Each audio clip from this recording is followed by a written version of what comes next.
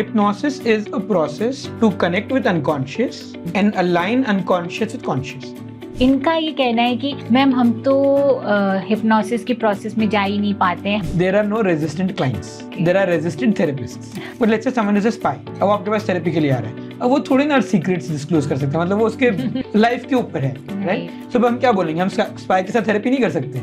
तो hypnosis process जो है एंजाइटी में और ओसीडी में तो बहुत हेल्पफुल होती ही है, पर जो हमारी कोर क्लिनिकल प्रॉब्लम्स जैसे स्किज़ोफ्रेनिया बोल लें या फिर हम बाइपोलर कह लें या क्लिनिकल डिप्रेशन कह लें, क्या इनमें भी वर्क करती हैं? In all clinical cases, जहाँ पे the client needs medication, the client will go to a psychiatrist, take the medication so that the medication can make them more stable. And then you want to use hypnosis to identify the underlying issues and then combine hypnosis with therapy to address those issues. Hypnosis और meditation या जो guided हम visualisation कराते हैं clients को, उसके बीच में क्या डिफरेंस है? All guided meditations by definition is hypnosis. Someone may come and tell me meditation ज़्यादा पुराना word है, hypnosis recent word है. So all hypnosis is guided meditation. आपको जो बुलाना है बुला लो। हिप्नोसिस प्रोसेस कितनी पावरफुल है, हमारा अनकॉन्शियस माइंड की कितनी पावर है? If आपकी लाइफ में भी प्रॉब्लम्स नहीं है, then maybe go through a program which helps you learn how to use self-hypnosis in your own life.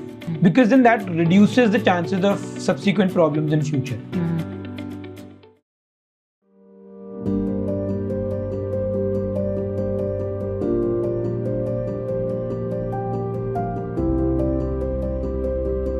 हम अपने बहुत सारे बिहेवियरल पैटर्न्स को बदलना चाहते हैं जो हमारे लिए हेल्पफुल नहीं होते हैं, नई आदतों को बिल्ड करना चाहते हैं, पर कई बार चाहते हुए भी इसको नहीं कर पाते हैं। तो ऐसे में हिप्नोसिस की प्रोसेस बहुत हेल्पफुल हो सकती है हमारे लिए। हिप्नोसिस में हम डीप रिलैक्सेशन के थ्रू अपने माइंड को सजेस्टेबल बनाते हैं। इसमें हम डायरेक्टली अपने सबकॉन्शियस माइंड में टैप करते हैं और वो हमें हेल्प करता है हमारी आदतों को बदलने में। फ्रेंड, आज के हमारे गेस्ट बहुत ही स्पेशल हैं। ही इज़ नितिन शाह, जो iCharts के फाउंडर हैं, CEO हैं, और ये ना सिर्फ क्लिनिकल हिप्नोथेरेपिस्ट हैं बल्कि ये ट्रेनर भी हैं जो हिप्नोथेरेपी की ट्रेनिंग देते हैं। मैंने इनसे ही हिप्नोथेरेपी सीखी हुई है। तो आज के पॉडकास्ट में अंत तक बने रहिएगा। हिप्नोसिस के बारे में बहुत ही इंटरेस्टिंग कन्वर्सेशन बिल्ड हुई है, आपके लिए बहुत सारी टेक अवेज हो सकते हैं। फ्रेंड्स, आज के हमारे गेस्ट बहुत ही स्पेशल हैं। ये मेरे मेंटोर हैं, मेरे कोच हैं, जिन्होंने मुझे हिप्नोसिस सिखाई है। So welcome Nitin Shah. Thank you. Nitin Shah एक क्लिनिकल हिप्नोथेरेपिस्ट हैं। सो नितिन, सबसे पहले because you are a clinical hypnotherapist और आप हिप्नोथेरेपी करते हैं और बहुत ही आप like you are a master in it, that's why I have learn from you. So tell me, सबसे पहले आप मेरे व्यूअर्स को ये बताइए कि what exactly hypnotherapy is? Okay, so hypnotherapy is hypnosis plus therapy, right? What is hypnosis? So अगर आप कभी भी किसी सिचुएशन में हो जहाँ पे आपको कुछ करना है पर आप नहीं कर पा रहे, फॉर एग्जाम्पल आपको सुबह उठना है, ठीक है, आपने अलार्म लगाया, सो कॉन्शियसली आपको सुबह उठना था, इसलिए आपने अलार्म लगाया, राइट?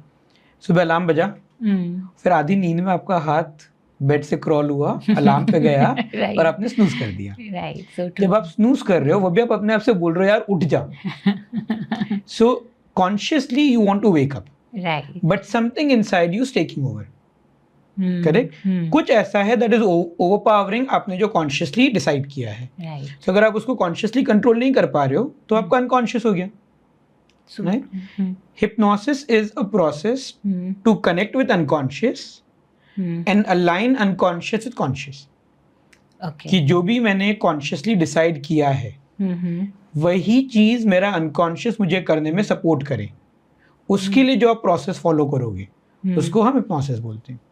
ओके, सो इसका मतलब है हिप्नोसिस में हम अपने अनकॉन्शियस के साथ कनेक्ट करते हैं और जो भी हमारा बिहेवियर होता है, जो भी हम हिप्नोसिस में जो भी इंस्ट्रक्शंस देते हैं, वो बेसिकली हम अपने अनकॉन्शियस माइंड को दे रहे होते हैं ताकि हमारा कॉन्शियस अनकॉन्शियस अलाइन हो जाए एक साथ।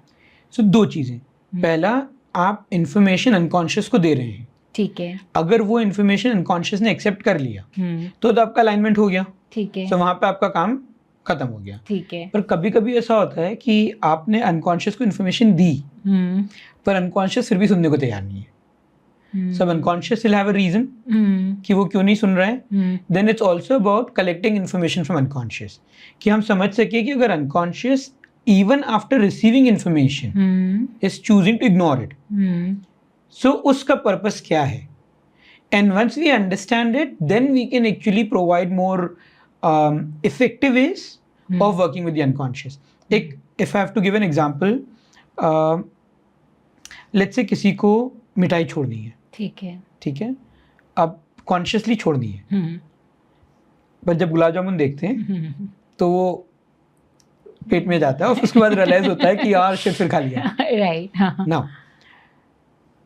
पहले हमने उनको हिप्नोटिक स्टेट में लेके गए, हमने उनके अनकॉन्शियस को सजेशन दिया, ठीक है, कि जब आपको स्वीट्स दिखेगी, गुलाब जामुन दिखेगा, तब आपका पेट अपने आप ऑटोमेटिकली फुल फील करना चाहिए। अच्छा, ठीक है। अगर ये काम हो गया तो जब आप गुलाब जामुन देखोगे तो आपका पेट फिल्ड रहेगा, आपको वो फीलिंग भी आएगी फुलनेस की, तो शायद आप आगे नहीं खा पाओगे, right. But after giving this information भी अगर अनकॉन्शियस उस चीज को एक्सेप्ट नहीं करता है, then we talk to the unconscious and we find कि अच्छा, in spite of getting the answer, getting this information, आप उसको अप्लाई क्यों नहीं कर रहे हो। Now this is an example. Let's say जब मैं छोटा था, मेरे parents would sit with me, ठीक है, and express their love to me by feeding me sweets, specially gulab jamun. So अब मेरे दिमाग में बहुत स्ट्रॉन्ग एसोसिएशन है गुलाब जामुन का और प्यार का। अब आज मैं एक ऐसी जगह रह रहा हूँ जहाँ पे मैं अकेला हूँ, प्रॉबेबली अभी मैं चूंकि नया शिफ्ट हुआ तो उस एरिया में मेरे दोस्त नहीं बने, मुझे लोनली फील हो रहा है। Will I like to feel loved? Yes. लोग तो है नहीं प्यार महसूस कराने वाले, हाँ। सामने गुलाब जामुन है, आई नो, तो association, so gulab jamun. So now even if I tell my unconscious, या अगर मैं थेरेपिस्ट के साथ काम करता हूँ, थेरेपिस्ट मेरे अनकॉन्शियस को बोलते भी हैं कि गुलाब जामुन को आप छोड़ दो, या गुलाब जामुन को देख के आपको फुलफिल होगा, वो अनकॉन्शियस नहीं मानेगा, बिकॉज वो फिजिकल हंगर के लिए नहीं गुलाब जामुन खा रहा है, वो एक इमोशनल प्रॉब्लम की वजह से खा रहा है। और जब तक वो इमोशनल इशू एड्रेस नहीं होता है, वक्त तक मैं कंट्रोल कर सकता हूँ, पर वो मैं कंट्रोल कर रहा हूँ, मतलब वो मैं अपने आप से झगड़ रहा हूँ, right. And the problem with that is eventually I will lose, and then फिर जब मैं बैठ के खाऊंगा तो मैं बिल्कुल इज्जत से बैठ के खाऊंगा। And that is where hypnosis comes into play, कि अगर हमको पता ही नहीं है कि अनकॉन्शियस क्यों उस बिहेवियर को कर रहा है, तो हम उसको चेंज कैसे करेंगे। So you can talk to the unconscious, figure out कि आपको मिल क्या रहा है, and then create a change in that. आपने खाने पीने की बात करी है, तो बहुत सारे लोग स्ट्रगल करते हैं, बहुत सारे लोग कई बार वेट लूज़ करना चाहते हैं, कभी किसी का वेट लूज़ नहीं भी करने का है तो भी हेल्दी रहने के पॉइंट ऑफ व्यू से वी ऑल नो कि शुगर अवॉइड करनी चाहिए, है ना।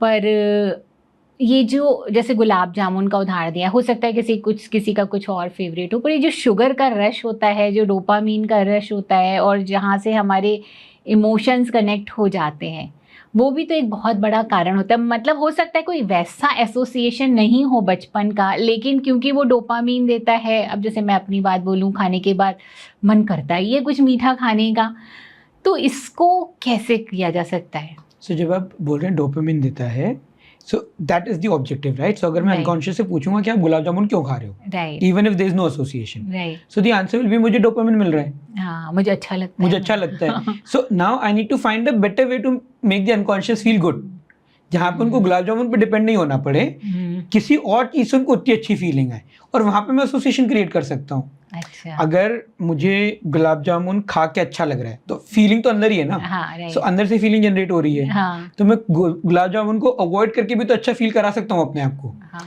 अब वो एसोसिएशन बिल्ड करना पड़ेगा, राइट, कुछ ऐसा लाना पड़ेगा वहां पर जो हमें उतना ही डोपामीन हमारे अंदर रिलीज, या तो कुछ ऐसा रिप्लेसमेंट लेके आना पड़ेगा, या we have to condition our mind कि अपने आप जैसे मैंने खाना खाया, खाना खा के जब मैंने गुलाब जामुन को देखा और जब मैंने उस गुलाब जामुन को ना कहा, हाँ, वो ना बोलने पे मुझे इतना अच्छा लग रहा है कि मुझे डोपामिन रश मिल रहा है। सो वो एसोसिएशन बिल्डिंग है, कंडीशनिंग है, जो हम हिप्नोसिस के अंदर कर सकते हैं. That's so true.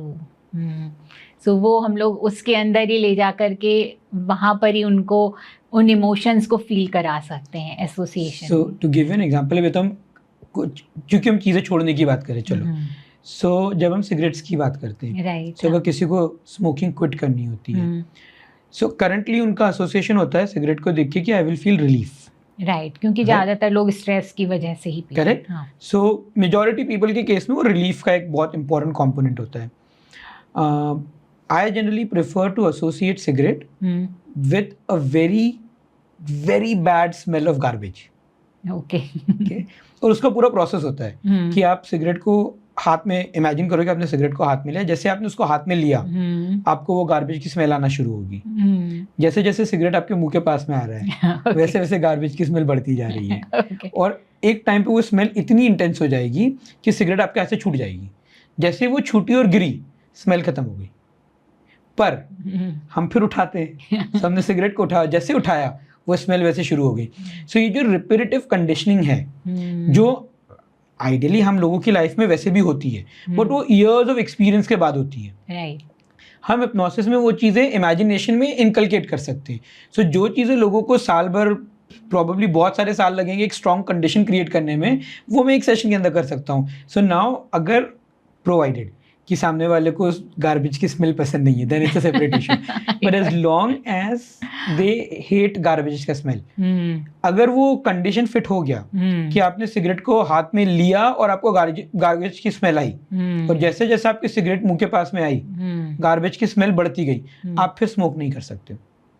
तो इसका मतलब है नितिन कि हमारा माइंड इतना पावरफुल है कि अगर हम उसको अनकॉन्शियस में ले जाकर के ये बोलते हैं कि सिगरेट पकड़ के आपको गार्बेज की स्मेल आ रही है, तो वो उस स्मेल को फील कर पाता है, उसको महसूस कर पाता है अपने अंदर. सो पावरफुल तो बहुत है, पर उसका एक प्रोसेस है. मतलब जैसे आप सिर्फ उनको ये, आप अपने माइंड को ये नहीं बोल रहे हो कि सिगरेट आपके हाथ में तो आप गार्बेज की स्मेल महसूस कर रहे हो. एक उसका पूरा प्रोसेस होता है. पहले आप उनको याद दिलाते हो कहीं पे जहाँ पे वो गए हैं, जहाँ पे गार्बेज की स्मेल थी. अच्छा. उस गार्बेज की स्मेल को जब वो याद करते हैं, फिर आप पहले उसको एक तरीके से उनके दिमाग के अंदर बिठाते हैं. अच्छा. और फिर उस स्मेल को आगे यूज करते हैं सिगरेट के साथ में.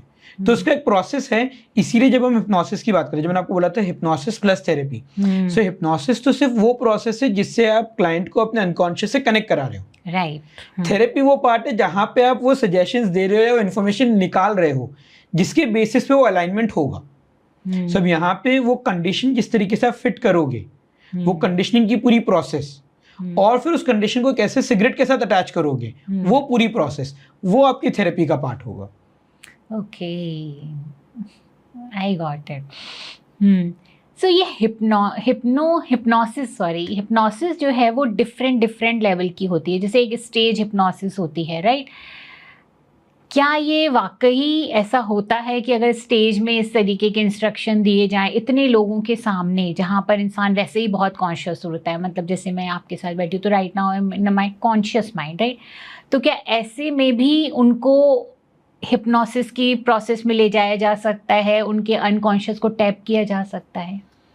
ओके, सो पहले let me give an example कि हिप्नोसिस का आंख बंद करने से या भीड़ होने नहीं होने से एक्चुअली कोई रिलेशन नहीं है. ओके. हम सब ने मूवी देखी है, कोई भी, हर जने ने कोई ना कोई मूवी तो देखी होगी. हाँ, हम सब देखते हैं. या अब OTT के ऊपर शोज देखे होंगे. कितनी बार ऐसा होता है कि उस स्क्रीन के ऊपर कोई है, समवन हैज पास्ड अवे. ठीक है. आप उनको देखते हो और आपकी आंखों में आंसू आ रहे हैं. राइट. आपको पता है उसको पैसे मिलने हैं प्ले डेट करने के लिए. राइट. क्यों रो रहे हैं हम? अभी रिसेंटली अडोलसेंस में मैं बहुत रोई, उसके पेरेंट्स रो रहे थे तो मुझे भी बहुत रोना आ गया. करेक्ट. अब हमको पता है कि उनको they have got paid to play a role. It's so true. So why are we crying? Because that scene is able to transcend हमारा conscious mind. And it taps into something deeper. Right. Right? What is that deeper that's bypassing the conscious? The unconscious. So हर वो जना जिसने कोई movie देखी है, जिस movie से वो के देखने के टाइम पे वो इन्फ्लुएंस हुआ है, कोई बुक पढ़ी है, जिस बुक को पढ़ते पढ़ते उनको लगा कि मैं अपने इमेजिनेटिव वर्ल्ड में चले गया, Right. वो हर जने ने हिप्नोटिक स्टेट एक्सपीरियंस की है. ओके। ठीक है। सो वो हिप्नोटिक स्टेट तो फिर आपका लाइफ का डे टू डे फिनोमिना है। जहाँ तक स्टेज हिप्नोसिस की बात है, सो स्टेज हिप्नोसिस में जनरली अगर आप देखोगे तो वो हर जनों को स्टेज पे नहीं बुलाते। Before they do a hypnotic process उनका एक गेम होता है, वो जो गेम खिलाएंगे आपको, और उस गेम के अंदर कुछ लोगों को बोलेंगे अच्छा आपने आपका रोल प्ले कर लिया, वापस से जाके अपनी जगह पे बैठ जाओ। तो वो एक स्क्रीनिंग प्रोसेस है कि कुछ जने are both very sporting and they are also very receptive to follow suggestions. Okay. And there are some people who are resistant. At least अगर आप ग्रुप में काम कर रहे हो तो, right? So उनका जो गेम होता है, वो गेम का पर्पस ही होता है that they are able to eliminate people who will probably not experience and only have those people on stage who will experience it. Okay. और उस गेम के अंदर there are a lot of hypnotic suggestions which are built in. तो आपको लगता है कि आपने आखिरी में उनने हिप्नोटिक सजेशन दिया और उनने वो सजेशन एक्सेप्ट कर लिया। वो वैसे नहीं है। जब वो स्टेज पे इवन पहुंचे थे, उसके पहले जब स्टेज हिप्नोटिस्ट ने उनको स्टेज पे बुलाया, वो पूरा प्रोसेस एक हिप्नोटिक प्रोसेस है जिसके अंदर हर स्टेप पे थोड़े थोड़े सजेशंस दिए हुए हैं, और जहां पे उनको लगता है कि ये लोग सजेशन एक्सेप्ट नहीं कर रहे हैं, वो उनको एलिमिनेट करते जाते हैं। बट चूंकि वो गेम फॉर्म में होता है, तो हमको लगता है कि अच्छा तो गेम खेले तो उनका रोल खत्म हो गया। अच्छा, okay. So it happens, but उसके पीछे एक मेथड है, अंडरलाइंग प्रिंसिपल स्टिल सेम है। पर ग्रुप फॉर्मेट के अंदर आपको एलिमिनेशन इसलिए करना पड़ता है बिकॉज आप हर एक जने का चैलेंजेस को एड्रेस नहीं कर सकते हो। तो आपको वो चाहिए कि जो सबसे ज्यादा रिसेप्टिव लोग हैं वो स्टेज पे हो। 1-to-1 सेशन में ये एडवांटेज होता है कि अगर किसी को कुछ रेजिस्टेंस है भी सही, तो जब आप उनके साथ काम कर रहे हो, क्योंकि आप उनके साथ ही काम कर रहे हो, काम करते करते आप उस रेजिस्टेंस को समझ सकते हो, एड्रेस कर सकते हो। ओके। तो इसका मतलब है कि हिप्नोसिस जो है, इट इज़, कुछ लोग बहुत जल्दी उस प्रोसेस में चले जाते हैं और उनके ऊपर काम करना आसान होता है, लेकिन कुछ लोग रेजिस्टेंट भी होते हैं। सो जब मैंने रेजिस्टेंट वर्ड यूज किया, वो more was in context of stage hypnosis. ठीक है, राइट? बिकॉज जब आप स्टेज हिप्नोसिस पे जा रहे हो, जब आपको बोला कि आप स्टेज पे आ जाओ, ठीक है, आप उनके पास नहीं गए थे बोलने के लिए कि मुझे हिप्नोटिक स्टेट में जाना है। राइट, हाँ। इट्स ऑलमोस्ट लाइक किसी ने आपको बोला है कि मैं आपको हिप्नोटिक स्टेट में लेके जाऊंगा, राइट? तो वहां पे एक डिग्री ऑफ रेजिस्टेंस हो सकता है बिकॉज इट्स नॉट मेरा choice, right, at least to begin with. अब वो once I start playing the game and I start becoming receptive, तो वहां पे मेरा चॉइस ऐड हो जाता है। बट एटलीस्ट इनिशियली वो चॉइस कभी कभी स्टेज हिप्नोटिस्ट ने लोगों को पिकअप किया होता है as a part of the game, right. तो वहां पे रेजिस्टेंस का रीजन वो होता है। जब कोई क्लाइंट थेरेपी के अंदर आता है, जनरली वो रेजिस्टेंट नहीं होते, क्योंकि उनको तो अपनी लाइफ में प्रॉब्लम है, उनको प्रॉब्लम रिजॉल्व करनी है, राइट? तो वो अपनी ही प्रॉब्लम रिजॉल्व करने के लिए क्यों रेजिस्ट करेंगे? और वो भी जब वो आपको पैसे दे रहे हैं और फिर वो रेजिस्ट करेंगे कि अपनी थेरेपी में हिंड्रेंस क्रिएट करें, तो वो होता नहीं है। जनरली होता ये कि अलग अलग क्लाइंट्स अलग अलग तरीके के प्रोसेसेस के थ्रू हिप्नोटिक स्टेट में जाते हैं। कुछ जनों को आप डायरेक्ट सजेशन, मतलब कुछ जनों को आप बोलोगे close your eyes, take 3 deep breaths and your breath will become deeper, उनकी ब्रेथ इमीडिएटली डीप हो जाती है, क्योंकि वो बहुत लिटरल है, राइट। कुछ जने होते हैं जिनकी प्रोसेसिंग इस तरीके से है कि आप अगर उनको कुछ भी क्वेश्चन पूछोगे तो उनके दिमाग में एक टेंडेंसी होती है उस सजेशन को क्वेश्चन करने की।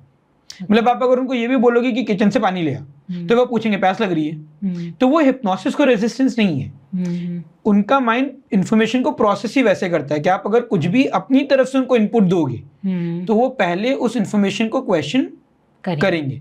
अब इन लोगों को अगर आप डायरेक्ट सजेशन देने की कोशिश करोगे, अपनी आंखें बंद कर लो, आपकी सांस गहरी हो जाएगी, आप हिप्नोटिक स्टेट में चले जाएंगे, तो उनके दिमाग में आता है तुमको कैसे पता? सो अब वो चूंकि वो क्वेश्चन है और वो क्वेश्चन एड्रेस नहीं हो रहा है, वो आगे नहीं बढ़ पाते। तो मैं उनको रेजिस्टेंट नहीं बोलूंगा, मैं सिर्फ उनके माइंड की प्रोसेसिंग की स्टाइल अलग है। Okay. अब उन्हीं के केस में अगर आप सजेशन चेंज कर देते हो, जब आप बोलते हो अब अपनी सांस के ऊपर अपना ध्यान लेके आइए, वो सांस पे ध्यान लेके आते, फिर आप बोलते हो अधिकतर लोगों के साथ ऐसा होता है कि जब वो अपनी सांस पे ध्यान लेके आते हैं तो उनकी सांस गहरी हो जाती है। तो सोचते तुमको कैसे पता? फिर उनको लगता है अच्छा अधिकतर लोग के साथ होता है, अधिकतर के साथ होता है तो मेरे साथ भी होता होगा। तो आपके सजेशन ने उनके क्वेश्चन का आंसर ऑलरेडी दे दिया, उसकी वजह से वो प्रोसेस में आगे जा पाते। तो वो रेजिस्टेंस नहीं है, इट्स जस्ट कि उनका माइंड का प्रोसेसिंग का तरीका अलग है और वो हमको कभी कभी समझ में नहीं आता, तो हम उनको रेजिस्टेंट क्लाइंट बोलते हैं। इन मतलब हमारे डेफिनेशन में there are no resistant clients, there are resistant therapists. I got it. तो कुछ क्लाइंट्स के मुंह से ऐसे सुनने को, या मेरी अपनी डॉटर भी है या उज्जवल जैसे मेरा असिस्टेंट भी है, तो इनका ये कहना है कि मैम हम तो हिप्नोसिस की प्रोसेस में जा ही नहीं पाते हैं, हमें जो भी हम मतलब हमको वो फील नहीं होता कि हम चले गए हैं। सो ऐसे क्लाइंट्स के साथ अगर कोई आते हैं आपके साथ ऐसे क्लाइंट? सो दो चीज़ें, हिप्नोसिस का ऑब्जेक्टिव फीलिंग नहीं है, हिप्नोसिस का ऑब्जेक्टिव है आपके कॉन्शियस और अनकॉन्शियस को अलाइन करना। ठीक है, करेक्ट। सो अगर कोई मेरे पास आता है, मुझे बोलता है गुलाब जामुन का, हम एग्जांपल लेते हैं कि मुझे गुलाब जामुन क्विट करना है, ठीक है, मैंने उनके साथ प्रोसेस की। अब वो जब मेरे पास आए थे वो एक्सपेक्ट करके आए थे कि प्रोसेस के अंदर मैं एक बहुत डीप रिलैक्स स्टेट में जाऊंगा, जिस स्टेट के अंदर मुझे कुछ याद नहीं रहेगा, मैं पता नहीं कौन सी दुनिया में चले जाऊंगा। ये थोड़ा सा ऐसा रहता है। करेक्ट। अब वो उनका एक्सपेक्टेशन है, राइट।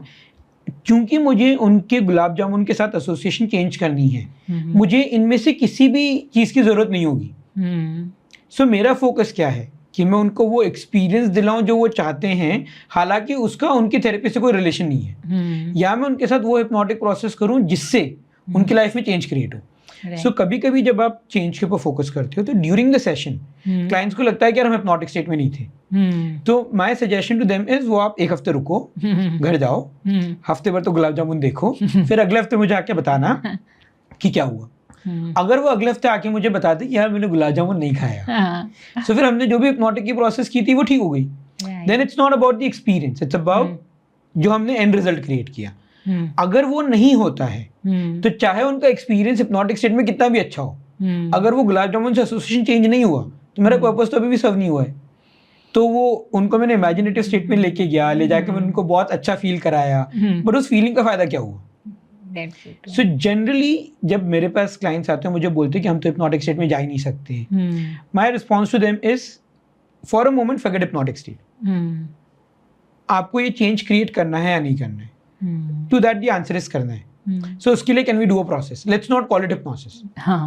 आपको जो नाम पसंद है, आपको जो नाम पसंद है वो नाम दे देंगे। That's so true. Can we explore the process to see कि आपको रिजल्ट आ रहा है कि नहीं आ रहा है। That's so true. To that the client says हाँ, क्योंकि वो तो आए इसीलिए ना वो।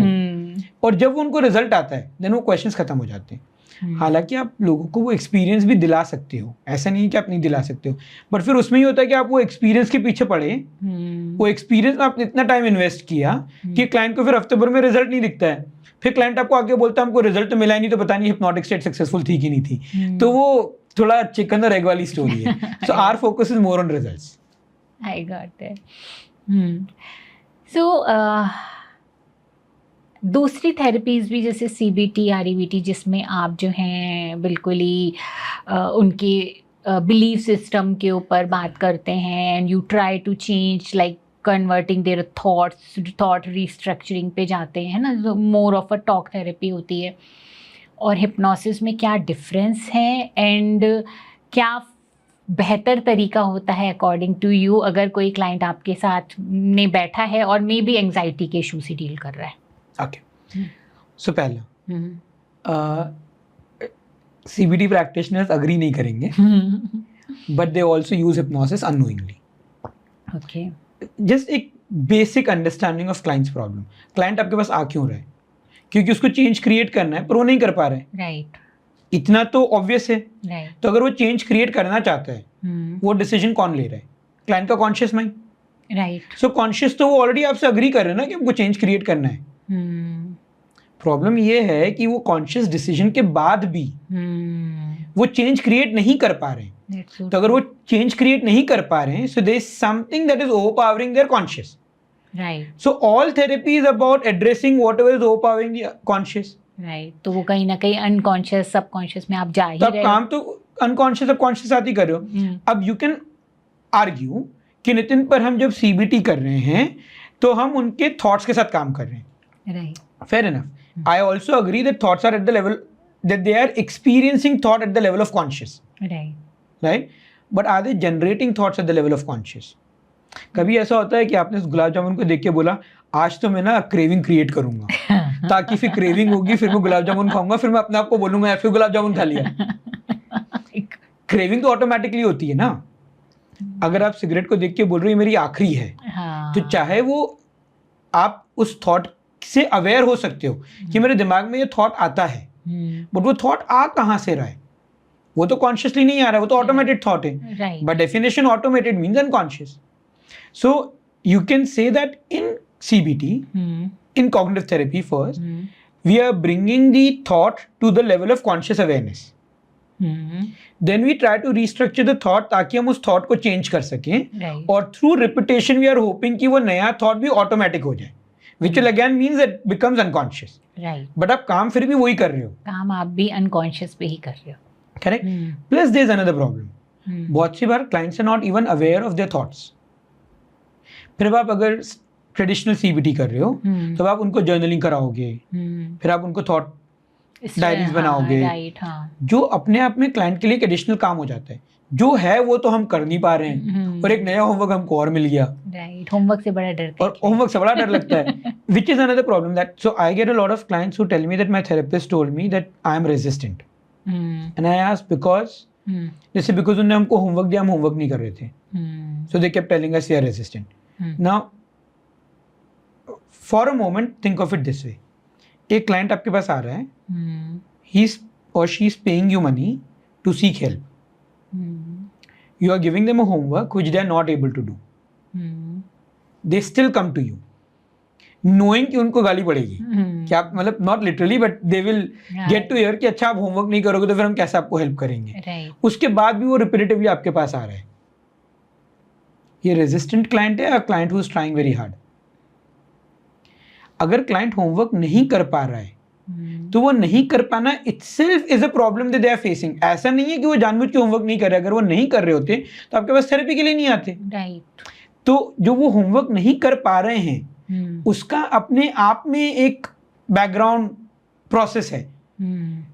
Rather than telling the client कि आप रेजिस्टेंट हो, ideally my job is to help them figure out what is stopping them from doing the homework and then help them do the homework. The moment that change takes place, right? एक बहुत powerful change उनकी life में create हुआ है कि उनको realise होता है यार हम होमवर्क नहीं कर पा रहे थे, अब होमवर्क कर पा रहे हैं. Okay? और उसी का एक्सटेंशन बाकी की चीजें हम जो नहीं कर पा रहे थे, जिसकी वजह से हमको होमवर्क करना पड़ रहा था, अब हम वो भी कर पाएंगे. So that's one. Second, for us it becomes easier, चूंकि हम प्रोसेस यूज कर रहे हैं. सो अगर क्लाइंट मुझे बोलता है कि मुझे नहीं याद है कि गुलाब जामुन देख के मेरे दिमाग में क्या आता है, right?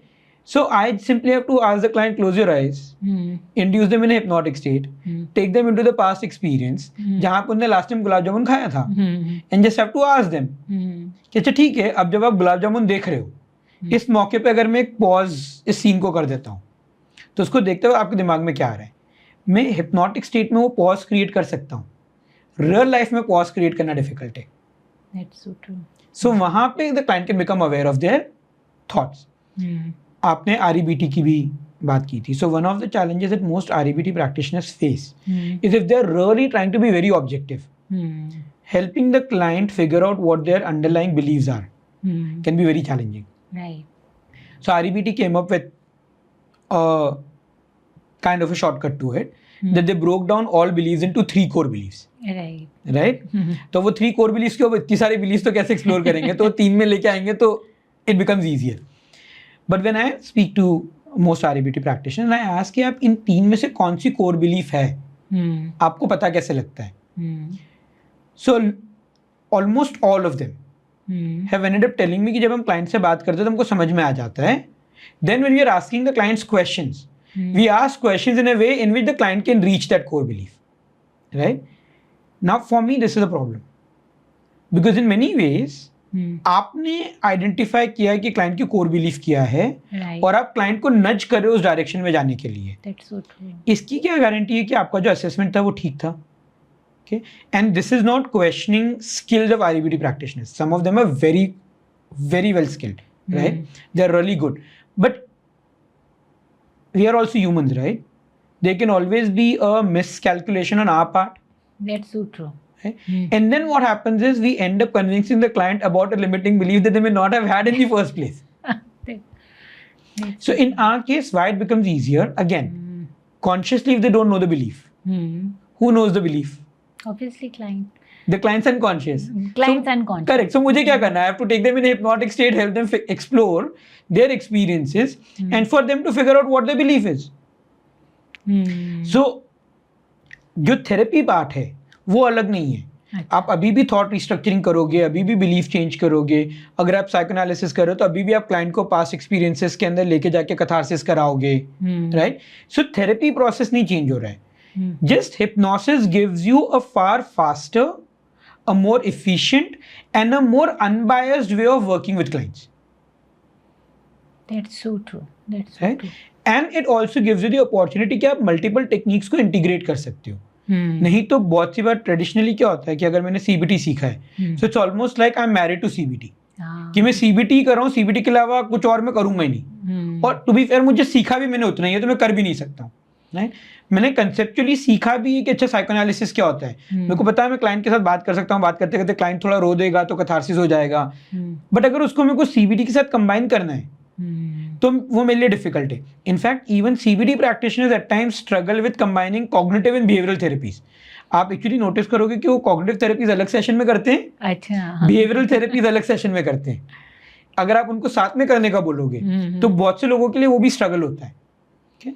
Now, our objective is कि जब आप क्लाइंट्स के साथ काम कर रहे हो, forget आप कॉग्निटिव थेरेपी यूज कर रहे हो, बिहेवियरल थेरेपी यूज कर रहे हो, आप हिप्नोसिस यूज कर रहे हो, you are working with the client as a whole.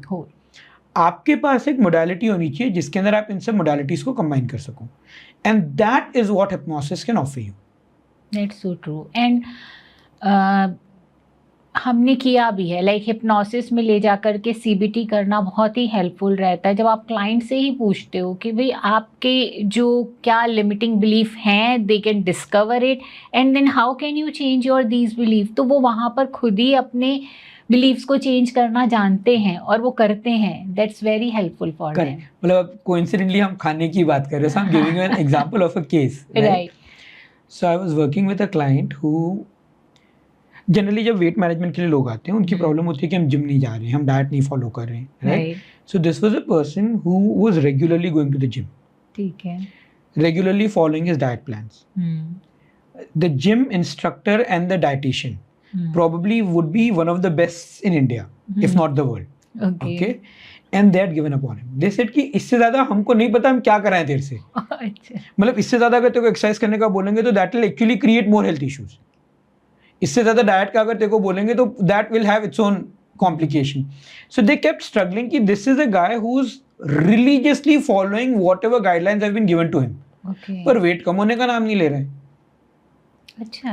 So when we started working, it was so मतलब अब retrospectively जब हम मतलब when I'm talking to you, it was so funny that we started exploring the beliefs. The belief that he came up with was Marwari खाते पीते घर के होने चाहिए. अच्छा. Okay. And जब आप ये सुनते हो आपको लगता है ये कैसे हो सकता है? How would this influence someone? Right? This is a बहुत जनरल स्टेटमेंट है, ये तो लोग देते ही रहते हैं. हम तो खाते पीते घर के. हम तो खाते पीते घर के. But that's how powerful those general statements can be. Wow. So when we started exploring this further, so हमने क्या? So we did the identification of belief, then we did the belief change process and so on. After the session got over, he told me, Nitin, I would have never ever figured out कि this one silly statement is influencing my life so much. And how do we know that this was the statement that was influencing? Because in the next 3 months, without anything changing in his diet plan and in his exercise regime, his weight started coming in control. Wow. Something that he had been trying to do for 1.5 years. Wow. So ये जो statement निकल के आया वो आप उनको deep hypnosis में लेके गए, आपने हिप्नोसिस की पूरी प्रोसेस करी, उसके बाद वो निकल के आया वहाँ से. So in his case, I had combined hypnosis with metaphor. Okay. So हम hypnotic state में it's almost like treasure hunt होता है ना? So you make clients go through a treasure hunt का process. Right. कि they go in a hypnotic state, then they internally go on a treasure hunt. Where their mind gives them certain clues. Those clues take them to the next clue, till they find the treasure. And the treasure then holds the belief.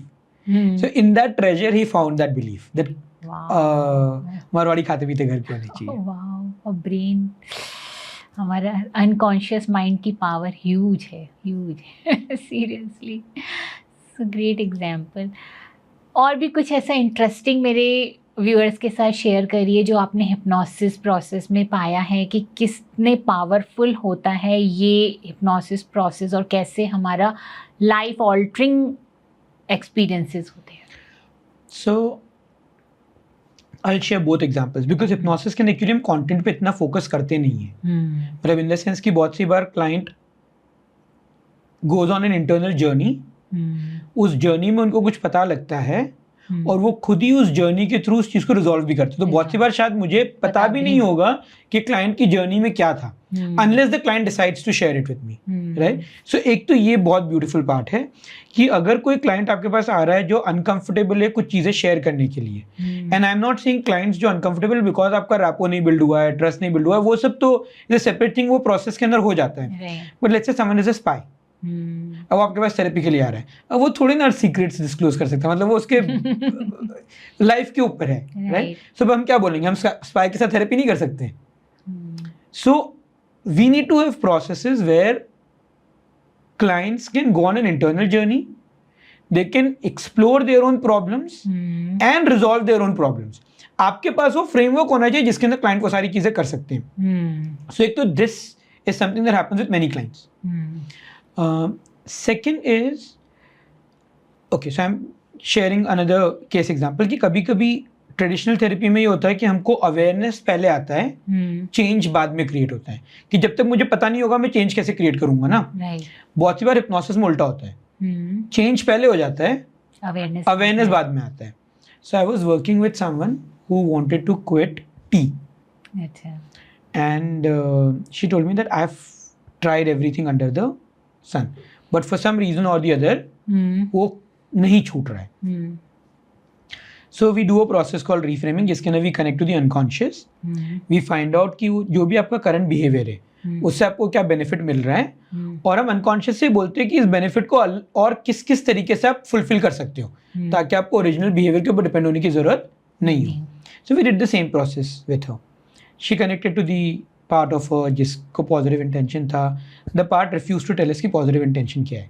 तो हमने पूछा कि अच्छा will you be willing to tell us कि आपको क्या फ़ायदा हो रहा है. The part says no. अच्छा. So अच्छा बिना बताए can we work with this? To that the part says yes. So we went through the complete process where her unconscious recognized what the positive intention is. Her unconscious explored alternate behaviors क्या क्या होने चाहिए.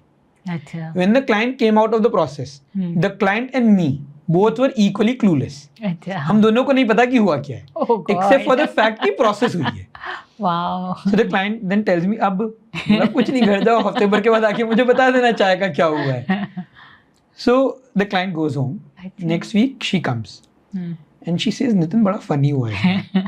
मैं रोज सुबह उठती हूँ, kitchen तक जाती हूँ, तपेली के अंदर पानी डालती हूँ, okay? मेरा चाय पत्ती डालने का मन ही नहीं करता है. वो पानी गर्म करती हूँ और उस गर्म पानी को पी लेती हूँ. And I have not felt the craving for tea in the morning after having that warm water. During afternoons, I have noticed कि मेरे ऑफिस में जनरली ना वो मीटिंग्स होती है, तो उस मीटिंग्स के अंदर दो लोग अगर झगड़ने लगते हैं तो उनके अंदर मैं भी कूद जाती हूँ. तो फिर उसके बाद मेरा बड़ा स्ट्रेस बढ़ जाता है और फिर मेरे को चाय चाहिए होती है. इस पूरे हफ्ते में when I have noticed my team members fighting, झगड़ो, अच्छा, I have not interfered. And once their झगड़ा got over, then I simply gave them the guidelines कि अच्छा ये चीजें खत्म करके मुझे लाके दे दो. And they've done that. And she says चूंकि मेरा वो conflict नहीं हुआ है, मेरा desire for tea during afternoon has also come down. Wow. Okay. It was only in the evening after this session where she said कि अभी भी मुझे मेरा वो एक कप ऑफ चाय चाहिए है, बट सुबह का और दोपहर का तो प्रॉब्लम खत्म. And evening ka then it was because when so her husband had passed away, and she and her husband would generally have that evening tea together. Okay, so there was a very strong association with that. So then we had to work with that feeling of loneliness and so on, ताकि वो eventually we were able to work with that also. But even if अगर मैं उसको side में रखूं, in 1 week, 2 cups of tea in the morning, 2 cups of tea in the afternoon, 1 big cup of tea in the evening. Say only 1 big cup of tea in the evening. Wow. Okay. In a place जहाँ पे मुझे और client पे दोनों का idea नहीं तो हुआ क्या है. दैट्स सो फनी और एक्चुअली इंटरेस्टिंग, बहुत ज़्यादा इंटरेस्टिंग कि क्लाइंट को भी नहीं पता चला। अदरवाइज आपका सबकॉन्शियस माइंड आपको तो कुछ ना कुछ बताता ही है, यू नो इट कि क्यों जा रही हैं चीज़ें। नहीं, सो कभी कभी इसीलिए नहीं बताता, बिकॉज होता ही है कि the nature of our conscious mind is to question things, right? So अब अगर कोई इन्फॉर्मेशन अनकॉन्शियस से कॉन्शियस में आती है, सो कॉन्शियस अपना काम कर रहा है, वो उसको क्वेश्चन करेगा कि ये सही है गलत है। अब वो एनालिसिस में कभी कभी पैरालिसिस हो जाता है। अब वो इतने एनालिसिस में चले जाते हो इन्फॉर्मेशन सही है गलत है, करूँ नहीं करूँ, कि फिर हम उसके ऊपर एफर्ट ही नहीं करते कि हम उसको अप्लाई करें।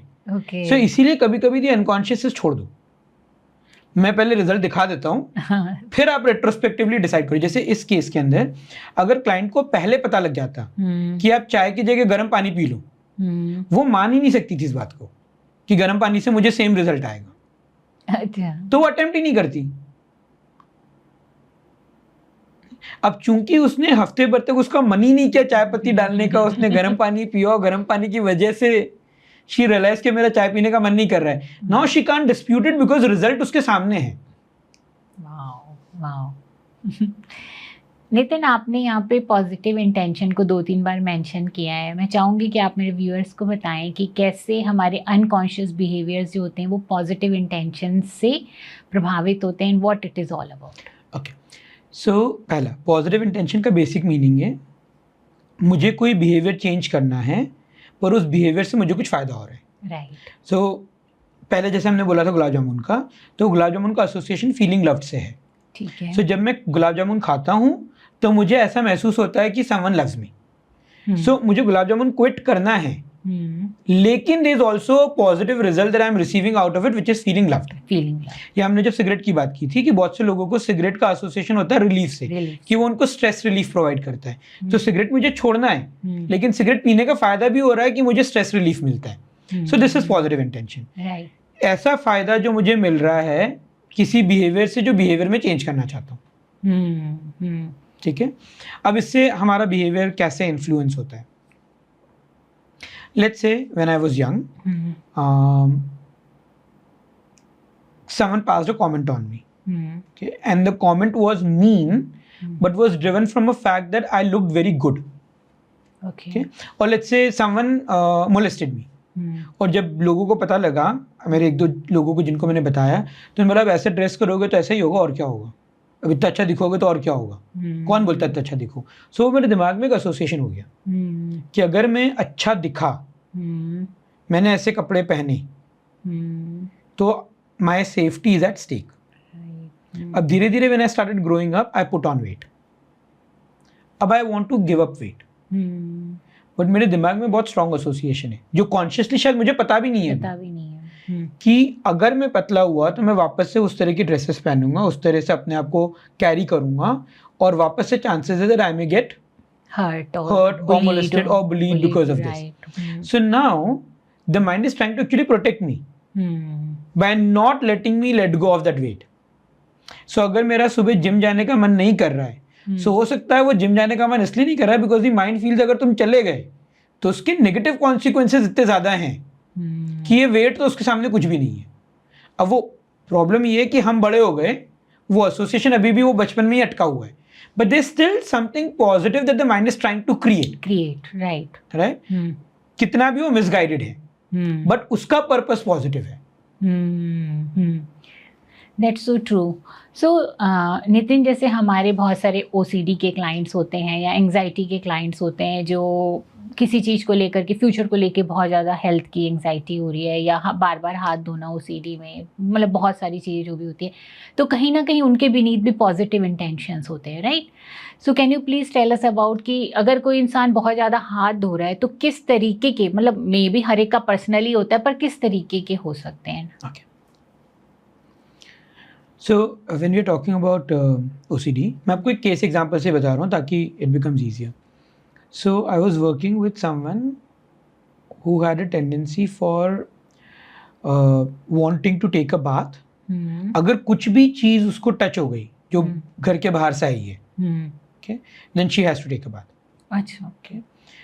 If she has to go out, okay, पहले तो उसका घर के बाहर जाना was very difficult. और अगर उसको बाहर जाना होता था तो वो एक बार में जितने काम है सारे करके आएगी, क्योंकि अगर वो बार बार जाना पड़ेगा तो बार बार नहाने जाना पड़ेगा. The family was really affected by it, because वो अगर बाहर से कोई फैमिली मेंबर भी घर पे आया है तो उनको वो हॉल में भी नहीं जाने देगी, पहले बाथरूम में जाके नहा के आओ. ओके, बिकॉज अगर आप बाहर से आए और आपने मुझे टच कर लिया तो मुझे नहाने जाना पड़ेगा. सो इस लेवल का challenge is what she was facing. Now generally जब हम ओसीडीज के साथ काम करते हैं तो उसका अलग अलग कंपोनेंट होते हैं. एक तो there are certain thought patterns, there are certain behaviors. All of these are almost uncontrollable on part of the client. Right. ठीक है. So कुछ obsessions हैं, कुछ compulsions हैं. Right. We work with both of them at an unconscious level. So जब आप obsessions के साथ काम करते हो, so we use delayering processes कि अगर कोई particular thoughts हैं जो obsessively उनके दिमाग में आ रहे हैं, so उन thoughts का underlying cause क्या है. That's where we connect to the unconscious and figure out कि ये शुरू कहाँ से हुआ. वहाँ पे कोई इमोशनल ट्रॉमा तो नहीं था जिस ट्रॉमा की वजह से ये कंडीशन बिल्ड हुई है. Right. और उसके बेसिस पे फिर आप उस स्टेज पे ले जाके उनके साथ तो इनर चाइल्ड हीलिंग करते हो या रिग्रेशन करते हो. बहुत सारे अलग अलग थेरेपी प्रोसेसेस हैं जो आप करते हो ताकि उनका जो वो सोर्स है, जो कोर है, जहाँ से वो प्रॉब्लम आ रहा है as far as thoughts are concern, वो is addressed. Then is the behaviour itself. So वो बिहेवियर अपने आप में एक पॉजिटिव इंटेंशन सर्व कर रहा है. हाँ. तो उसके लिए रिफ्रेमिंग का प्रोसेस होता है कि इस बिहेवियर के पॉजिटिव इंटेंशन क्या है, इस पॉजिटिव इंटेंशन को हम कौन से और कंस्ट्रक्टिव बिहेवियर्स के थ्रू फुलफिल कर सकते हैं. सो ये जो दो कंपोनेंट्स हैं, डीलेयरिंग और इनर चाइल्ड प्लस रिफ्रेमिंग, ये ओसीडी के साथ हम जब काम करते हैं उनका कोर बनते हैं. इसके अलावा और भी चीजें होंगी. आप उनको थॉट रिस्ट्रक्चरिंग भी कराओगे, आप उनको एंकरिंग के थ्रू पॉजिटिव इमोशंस भी एंकर करोगे, पर वो सारी चीजें is more like providing a complete closure. जो आपका कोर है वो ये दो प्रोसेस है कि अंडरलाइंग कॉजेस क्या हैं, उनको हम आइडेंटिफाई करके कैसे सॉल्व कर सकते हैं, और फिर बाकी का शुगर कोटिंग कैसे हो सकता है, और बाकी का फिर वो डेकोरेशन है कि I got that. So hypnosis process जो है एंग्जाइटी में और ओसीडी में तो बहुत हेल्पफुल होती ही हैं, पर जो हमारी कोर क्लिनिकल हैं प्रॉब्लम्स, जैसे हम स्किज़ोफ्रेनिया बोल लें या फिर हम बाइपोलर कह लें या क्लिनिकल डिप्रेशन कह लें, क्या इनमें भी वर्क करती हैं? सो एनी प्लेस जहाँ पे client has not lost touch with reality, वहाँ पे तो आप हिप्नोसिस वैसे भी यूज़ कर सकते हो. राइट. पर ऑब्वियसली आप एक थेरेपिस्ट की स्किल होती है, राइट? मतलब जैसे अगर आप विद डिप्रेसिव क्लाइंट काम कर रहे हो with CBT, but if you are a therapist who is very harsh, right, then that can actually further create a problem with the client, Right. even if you're using CBT. Right. So it's not just about the technique, it's also about the skill of the therapist जो उस client के साथ काम कर रहा है. The same is true with hypnosis. Hypnosis is eventually a tool. आप उस tool को कैसे use करते हो determine करेगा कि वो tool कितना effective है और tool की वजह से कुछ side effects हो रहे हैं. Right? But in general, any place जहाँ पे the client is in touch with reality, वहाँ पे तो आप hypnosis वैसे भी use करोगे इसे, बिकॉज वो मतलब जैसे मैंने आपको बोला कि क्लाइंट की प्रॉब्लम ही वो है ना कि they want to create a change but they are not able to, तो आपको अनकॉन्शियस साथ तो काम करना ही करना है.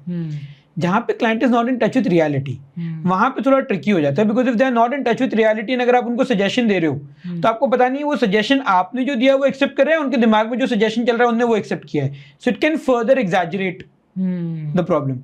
वहाँ पे you will always work in consultation with a psychiatrist. In fact, in all clinical cases, जहाँ पे the client needs medication, the client will go to a psychiatrist, take the medication so that the medication can make them more stable. And then you want to use hypnosis to identify the underlying issues and then combine hypnosis with therapy to address those issues. So it becomes like a complete holistic process. वहाँ पे psychiatrist का भी काम है, वहाँ पे hypnosis का भी रोल है, और वहाँ पे हिप्नोसिस के साथ थेरेप्यूटिक टेक्निक्स का भी रोल है ताकि आप वो चेंजेस क्रिएट कर सको. I got that. जैसे मेडिकेशन, ये स्किज़ोफ्रेनिया, बाइपोलर तो कुछ ऐसी डिजीजेज हैं जिसके लिए मेडिकेशन बहुत रिक्वायर्ड होती है, राइट? क्या मेडिकेशन के साथ साथ थेरेपी ऑब्वियसली दी जाती है, तो क्या ये हिप्नोसिस थेरेपी भी उसमें उतनी ही कारगर रहती है जितनी टॉक थेरेपीज वगैरह? Will be more effective if you know आप क्या कर रहे हो. मतलब it's with all clients by itself hypnosis is very effective because it's one of मतलब it's any process जो आपको unconscious से connect करेगा, वो by definition hypnosis है, राइट. और वो तो आपको connection चाहिए. So to that extent आप hypnosis use कर ही रहे हो. अब से सवाल ये कि आप कितने स्किल्ड हो उस hypnotic state को समझने के लिए और उस hypnotic state को करेक्टली यूज करने के लिए. तो वहां पे it's not as much of a problem with hypnosis. It's the skill of the practitioner. Right? So if you are someone who's only using talk therapy and you use talk therapy with hypnosis, hypnosis plus talk therapy will always be more effective. Right? That's so true. Given that the skill set of the practitioner is exactly the same. Right. That's so true. So आप क्या बताना चाहेंगे psychology students को खासकर कि उनको hypnosis क्यों सीखनी चाहिए? Why is it important? So if you are working with clients, आप उनके अनकॉन्शियस के साथ काम करोगे ही करोगे. Right. तो अब या तो आप बोलो कि मुझे चांस पे छोड़ना है कि if the client connects with the unconscious and then I am able to work with them, good for them. Right. या आप बोलो कि मुझे ऑफिशियली प्रॉपरली सीख के क्लाइंट के साथ इफेक्टिवली काम करना है. So if you are in a category जहाँ पे आपको लगता है कि I want to work with clients effectively, knowing मैं क्या कर रहा हूँ या कर रही हूँ, then learn hypnosis. Okay? अगर आपको राम भरोसे चलना है तो फिर मर्जी है. If you really want to get good and effective results for your client, कि आपका client आया है तो ठीक होके जाए, तो I think प्लस आप समझना चाहते हो आप क्या करो. तो कभी कभी there are therapist who get very good results, but अगर आप उनसे पूछो कि आप ऐसा क्या कर रहे हो जिसकी वजह से आपको रिजल्ट मिल रहे हैं, वो आपको बोलेंगे मुझे भी नहीं पता है. मतलब when they sit with you, they talk to you, what they tell you, you will tell them मैं भी तो यही कर रहा हूँ, फिर तुमको कैसे रिजल्ट मिल रहा है, मुझे क्यों नहीं मिल रहा है. इसका आंसर उनको भी नहीं होता है. When you learn hypnosis many times you also realise मैं क्या सही कर रहा था या कर रही थी जिसकी वजह से मुझे रिजल्ट आ रहा है. सब जब आपको वो समझ में आने लगता है, वब आप क्लाइंट्स के साथ एक्चुअली नोइंगली रेप्लिकेट कर सकते हो. अभी वो चांस पे है कि किस क्लाइंट के साथ हो गया, किसी क्लाइंट के साथ नहीं हुआ, क्योंकि हमको भी नहीं पता हम क्या कर रहे हैं. नितिन, हिप्नोसिस और मेडिटेशन या जो गाइडेड हम विजुअलाइजेशन कराते हैं क्लाइंट्स को, उसके बीच में क्या डिफरेंस है? ओके, सो पहले गाइडेड मेडिटेशन का डेफिनेशन. ठीक है. Someone is guiding you through a process so that you can experience something right based on the guidance. Right. इससे सिंपल हिप्नोसिस की डेफिनेशन हो नहीं सकती है. Okay. All guided meditations by definition is hypnosis. ठीक है. अब आप मुझे बोल सकते हो कि पर वो अगर मैं खुद के साथ मेडिटेशन कर रहा हूँ तो या फिर मैं खुद को सजेस्ट कर रहा हूँ तो वो सेल्फ हिप्नोसिस है. अच्छा, okay. Right. I also agree that someone may come and tell me meditation ज्यादा पुराना वर्ड है, हिप्नोसिस रीसेंट वर्ड है. So all hypnosis is guided meditation. आपको जो बुलाना है बुला लो. ओके. अंडरलाइंग प्रिंसिपल इज कि दोनों चीजें सेम है. The difference from a therapy point of view is generally guided meditations are more generic, right? Hypnotic processes are more precisely designed for the client. So जब आप client के साथ काम कर रहे हो, आप client को कुछ suggestion दे रहे हो, so you are guiding the client through a process. आप उनको monitor कर रहे हो कि वो उस process को follow कर पा रहे हैं कि नहीं कर पा रहे. Right. अगर वो नहीं कर पा रहे तो आप उसी process के अंदर client के साथ conversation कर रहे हो और उस conversation के through अपनी process को modify कर रहे हो. Right. ताकि the process works for the client. Right. Generally guided meditations में वैसा नहीं होता है. It's almost like a pre decided script जो कोई पढ़ रहा है और आप होप कर रहे हो कि client is able to listen to it and follow it. So in the way we work, standard script based hypnosis is guided meditation. अच्छा, ओके. जहां पे आप personalize client centric hypnotic processes करते हो, वो is a more skilful work. Right. So जैसे हम लोग हिप्नोसिस करते हैं तो उससे पहले ऑब्वियसली हम क्लाइंट का पूरा समझ लेते हैं, हमें पता होता है कि क्लाइंट की प्रॉब्लम क्या है, कहाँ कहाँ स्ट्रगल कर रहा है क्लाइंट. तो शायद जब हम उनको सजेशंस देते हैं तो हम उनको उन्हीं एरियाज में टैप करने को कहते हैं कि तुम यहाँ पर हो तो तुम यहाँ क्या देख रहे हो. Then we know how to modify it accordingly, which is one. And second also, क्योंकि आपको क्लाइंट के बारे में पता है,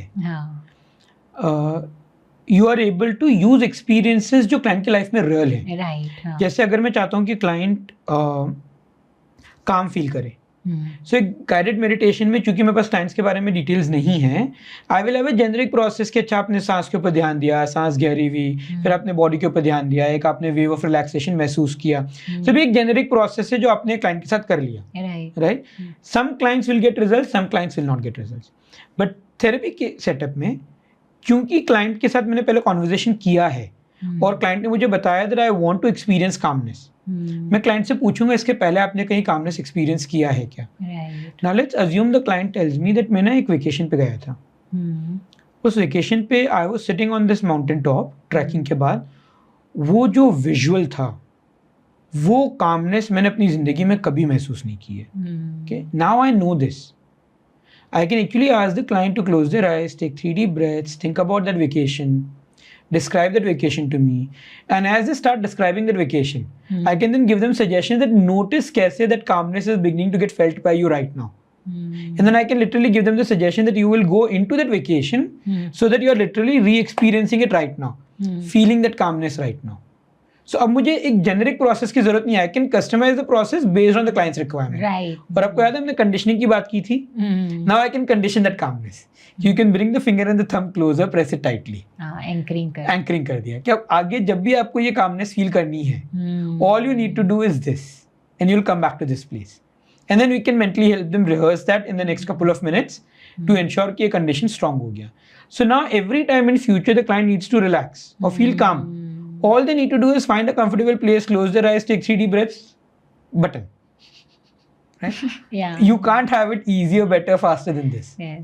बहुत सारे clients के साथ I have tried this anchoring and it has really worked well.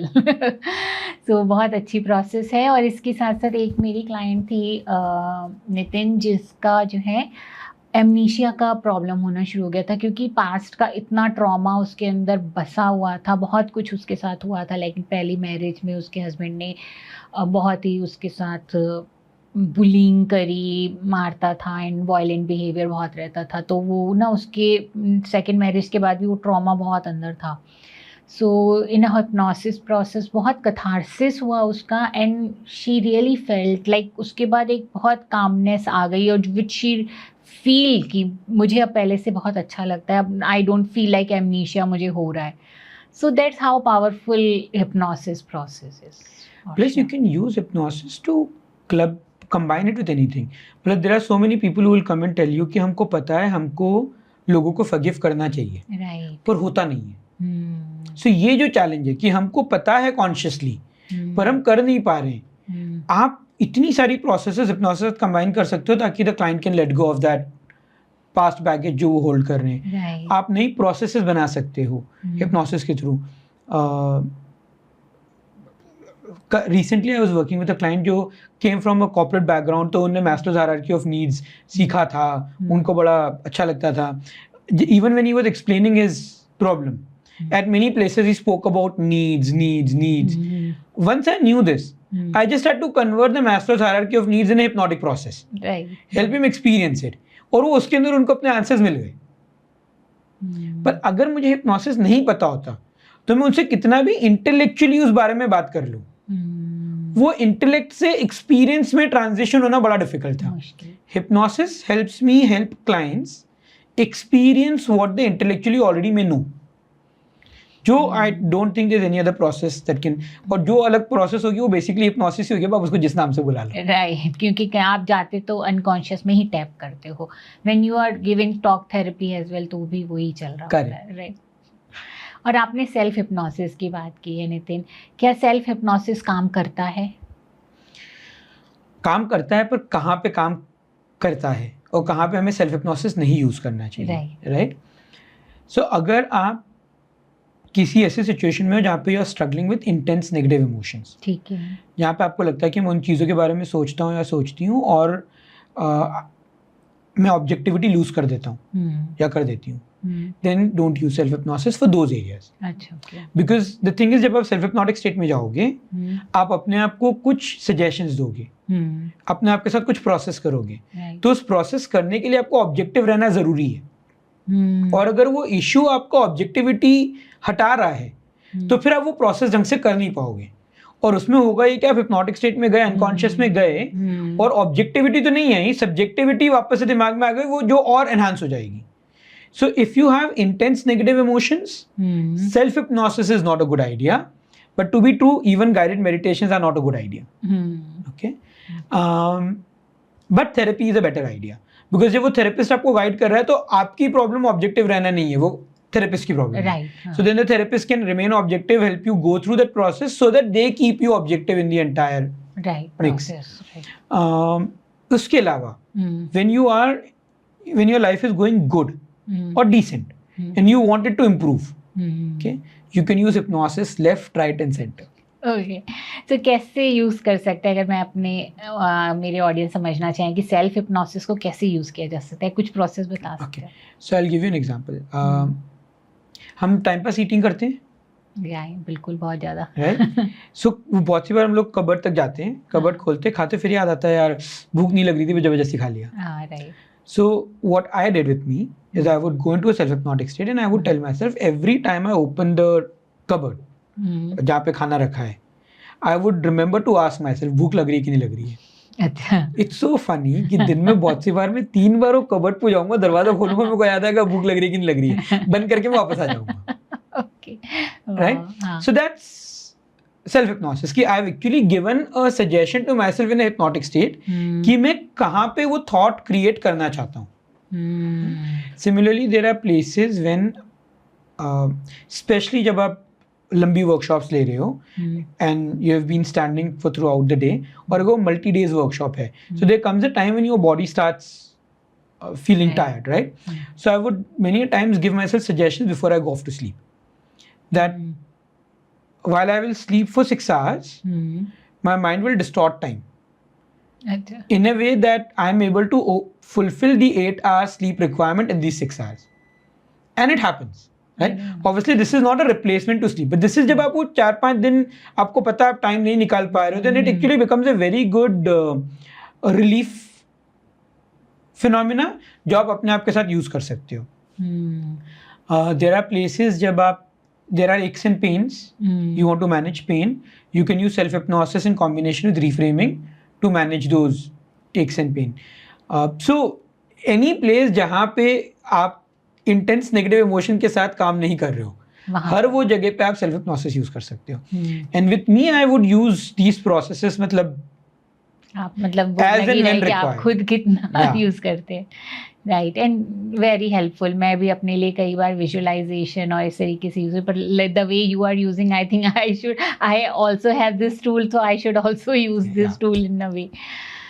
So we can see, and मेरे ऑडियंस को भी अभी तक पता चल गया है कि हिप्नोसिस प्रोसेस कितनी पावरफुल है, हमारा अनकॉन्शियस माइंड की कितनी पावर है, और जहाँ पर भी आप लाइफ में डील कर रहे हो चीज़ों के साथ, खासकर जहाँ इंटेंस इमोशंस हैं, वहाँ पर अगर आप इन प्रोसेस को थेरेपिस्ट की हेल्प से अगर आप काम करते हैं उसके ऊपर, तो वो कितना हेल्पफुल हो सकता है आपके लिए. Right. So hypnosis is amazing process. What would you tell my audience in the last of like, हम आखिरी उसमें आ गए हैं, so क्या बताना चाहोगे आप? कि अगर आप अपनी लाइफ में किसी चीज़ से स्ट्रगल कर रहे हो and you are not able to create a change जो आप क्रिएट करना चाहते हो, work with a therapist who's trained in hypnosis. Okay. For example, what we do now is called cognitive hypnotic psychotherapy because we combine multiple techniques together. So maybe look out for a cognitive hypnotic psychotherapist and they should be able to help you. If आपकी life में अभी problems नहीं है, then maybe go through a program which helps you learn how to use self-hypnosis in your own life. That's so true. Right? Because then that reduces the chances of subsequent problems in future. So I would recommend hypnosis to all. It's just कि अगर आप already problem में हो, then therapy is a better route. अगर आपकी life अच्छी जा रही है और आप उसको और अच्छा करना चाहते हो, then probably course is a good idea. Very good, very good. Thank you, Nitin. It was a great pleasure to talk to you. और hypnosis के बारे में जानना, समझना बहुत अच्छा लगा. मुझे तो खैर काफ़ी हद तक आपके थ्रू पता चल ही गया था, पर मेरे ऑडियंस को भी बहुत सारी जानकारी मिली इसके बारे में. Thank you for having me for this conversation. I've really enjoyed it and I hope the audience likes it, finds it insightful. Thank you. Thank you. आज की अगर हमारी ये कन्वर्सेशन आपको पसंद आई है फ्रेंड्स, तो मेरे चैनल को सब्सक्राइब जरूर करिएगा, क्योंकि आपका सब्सक्राइब करना हमें मोटिवेट करता है इसी तरीके का और कंटेंट बनाने के लिए। फ्रेंड्स, मेंटल हेल्थ की अवेयरनेस होना बहुत ज़रूरी है। ऐसे में मेरे चैनल को ज़्यादा से ज़्यादा शेयर करिए अपने परिवार वालों के साथ, अपने फ्रेंड्स के साथ, बिकॉज यू नेवर नो, किसी के लिए भी ये हेल्पफुल हो सकता है।